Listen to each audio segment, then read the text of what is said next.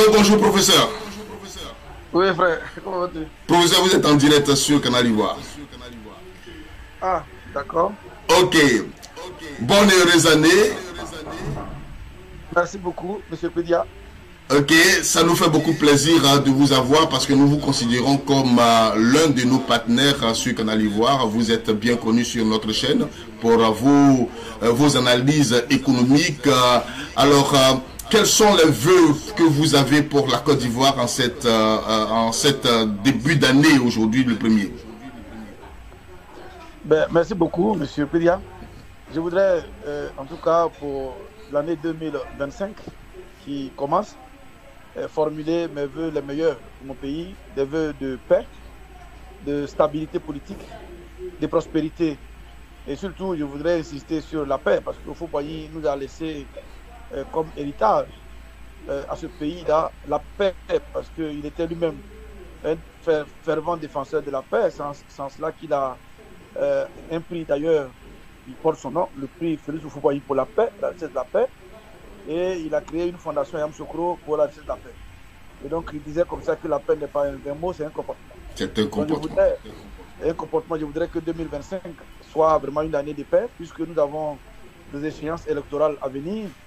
Et comme notre pays a malheureusement pris attache avec les mauvais esprits, en ce sens que chaque joute électorale va de pair avec en fait des troubles dans notre pays. Voyez-vous, en 2010, nous avons connu des troubles à l'issue de ces élections. En 2015, on a connu un peu la paix. En 2020, il y a eu encore les troubles. En 2025 encore, tout semble aller pour que nous ayons encore des soucis au niveau de ces élections-là. Donc c'est là que je loge fondamentalement mes prières et c'est là que je formule à l'endroit de mon pays, la Côte d'Ivoire, les vœux vraiment pour une année paisible, une année où la Côte d'Ivoire connaîtra la stabilité politique. Et donc voilà, M. Pédia, les vœux les meilleurs que je formule pour mon pays.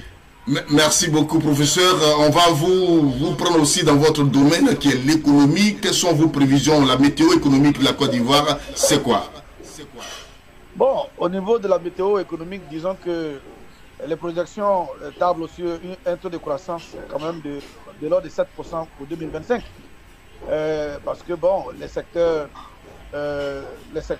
enfin, fondamentaux de notre économie sont ouverts.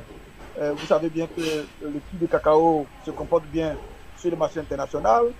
La Côte d'Ivoire a découvert des puits de pétrole, des gisements baleines, Calao que vous connaissez.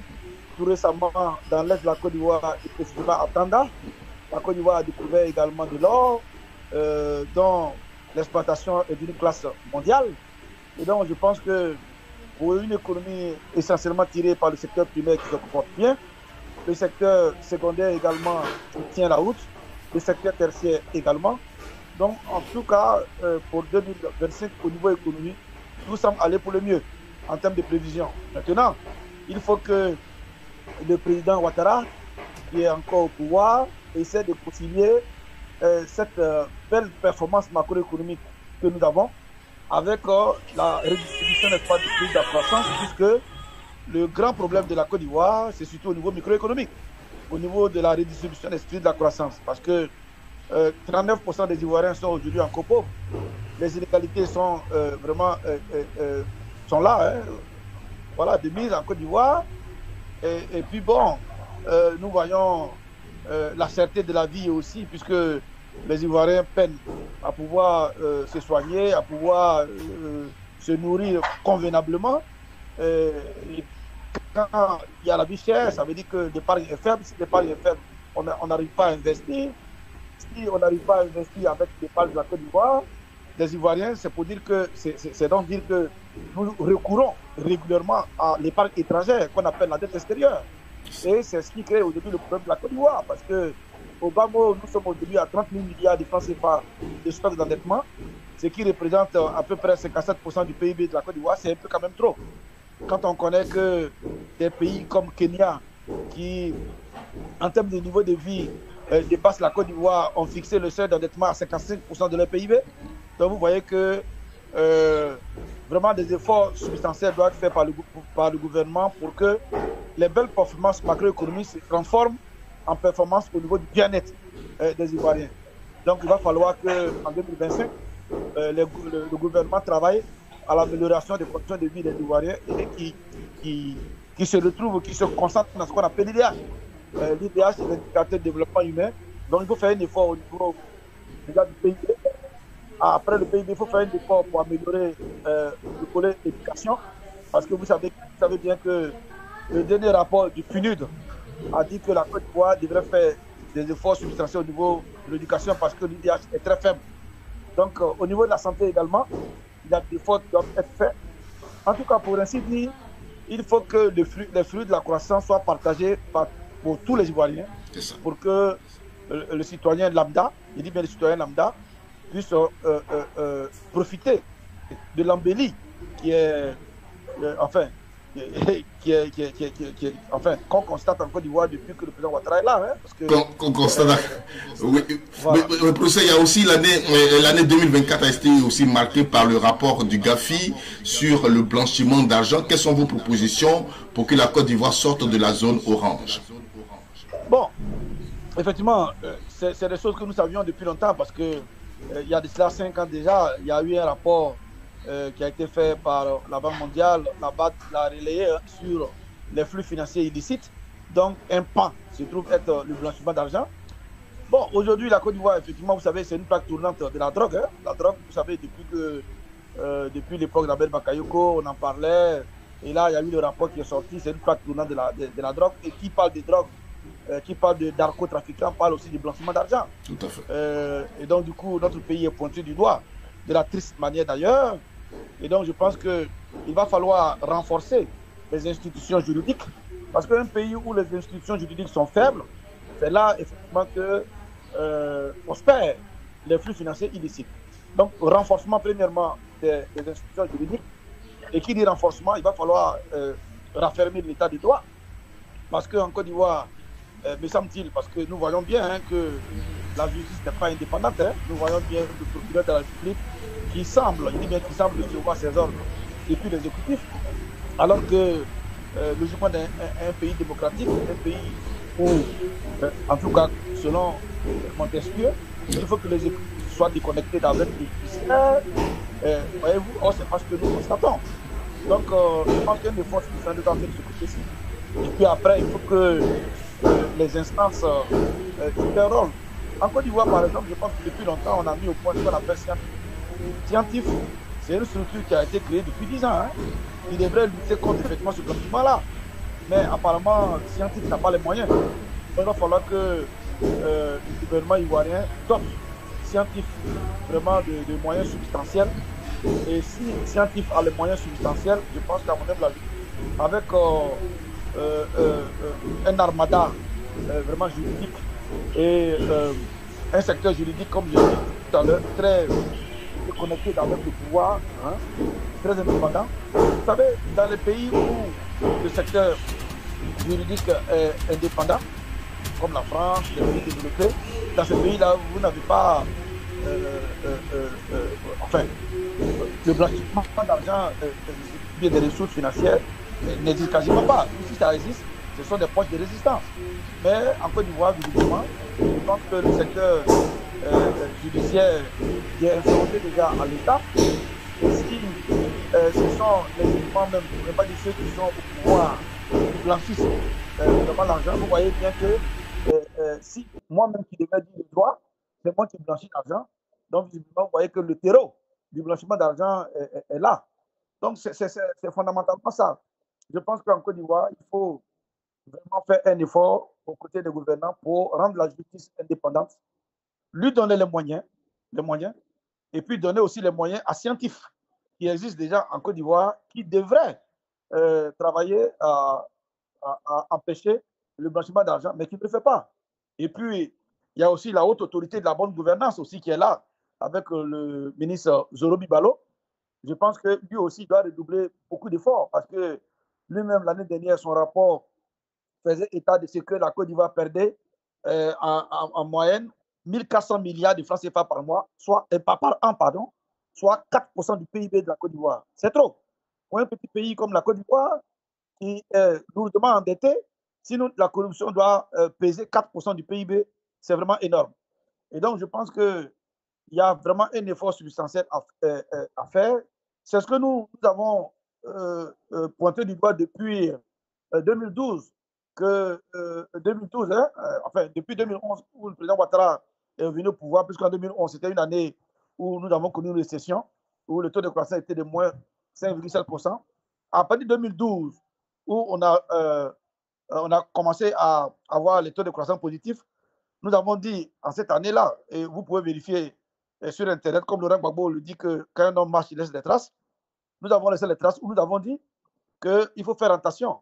Parce que la mal-gouvernance, la mauvaise gouvernance qui faisait partie, enfin, qui était, je vais dire, le leitmotiv de ce gouvernement, je pense que c'est ce qui éclate aujourd'hui au jour. C'est ce qui éclate, où effectivement les instances internationales viennent dire que la Côte d'Ivoire est un mauvais pays en matière de gestion des flux financiers illicites, surtout en matière de blanchiment d'argent.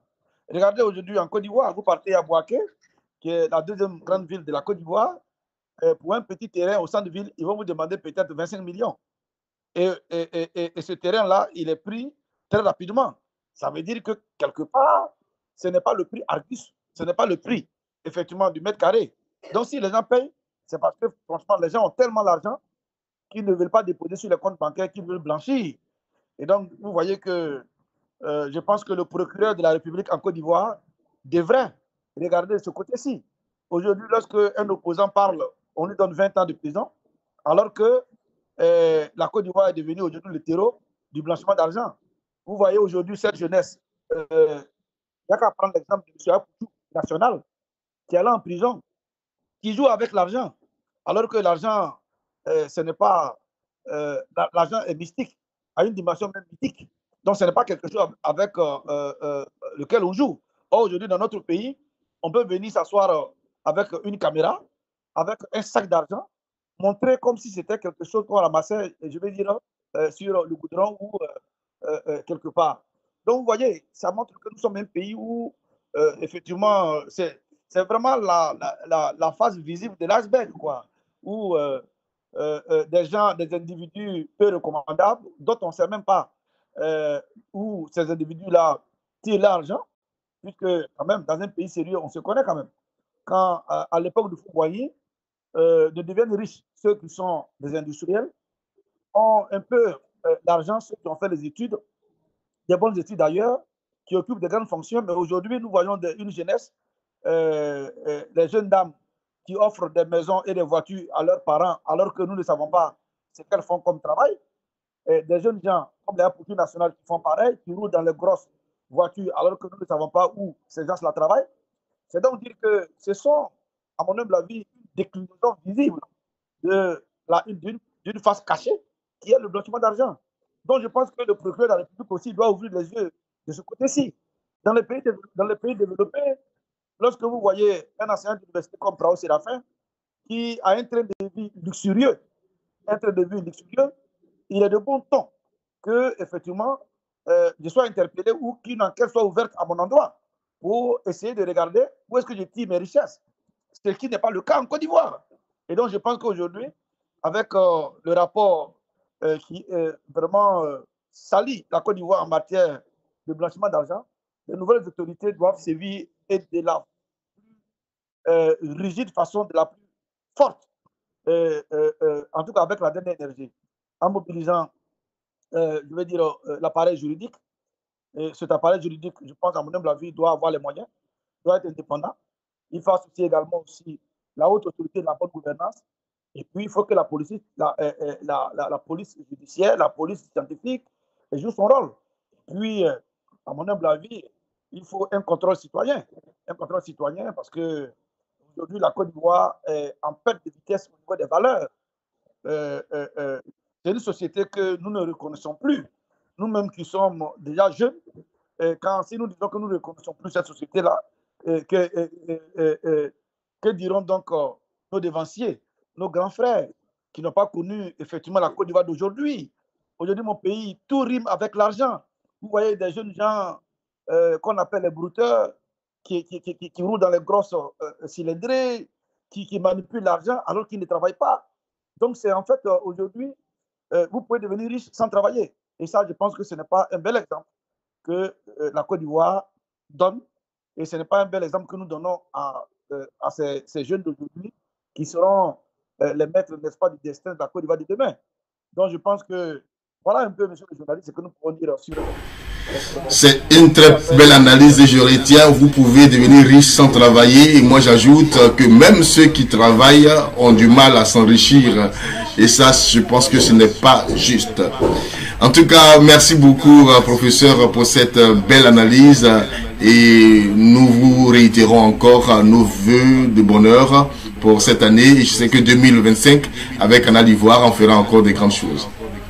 Merci beaucoup, monsieur Peya. Merci beaucoup. Et bon vent à Canal d'Ivoire et que Dieu bénisse Canal d'Ivoire pour 2025. Merci beaucoup. Amen. Merci.